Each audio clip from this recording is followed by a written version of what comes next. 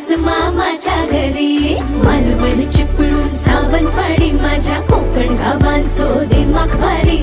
दिसते भारी गणपतीची स्वारी माझ्या कोकणा वाटे तुम्ही वलवा गाडी. धमाधमान हाका गाडी माझ्या कोकणचो रस्तो नागमोडी. कारी न येवा बशी न येवा नाही तर सुसाट आगीन गाडी. मुंबई पुण्याचे रस्ते सोडा माझ्या कोकणा वाटे तुम्ही वलवा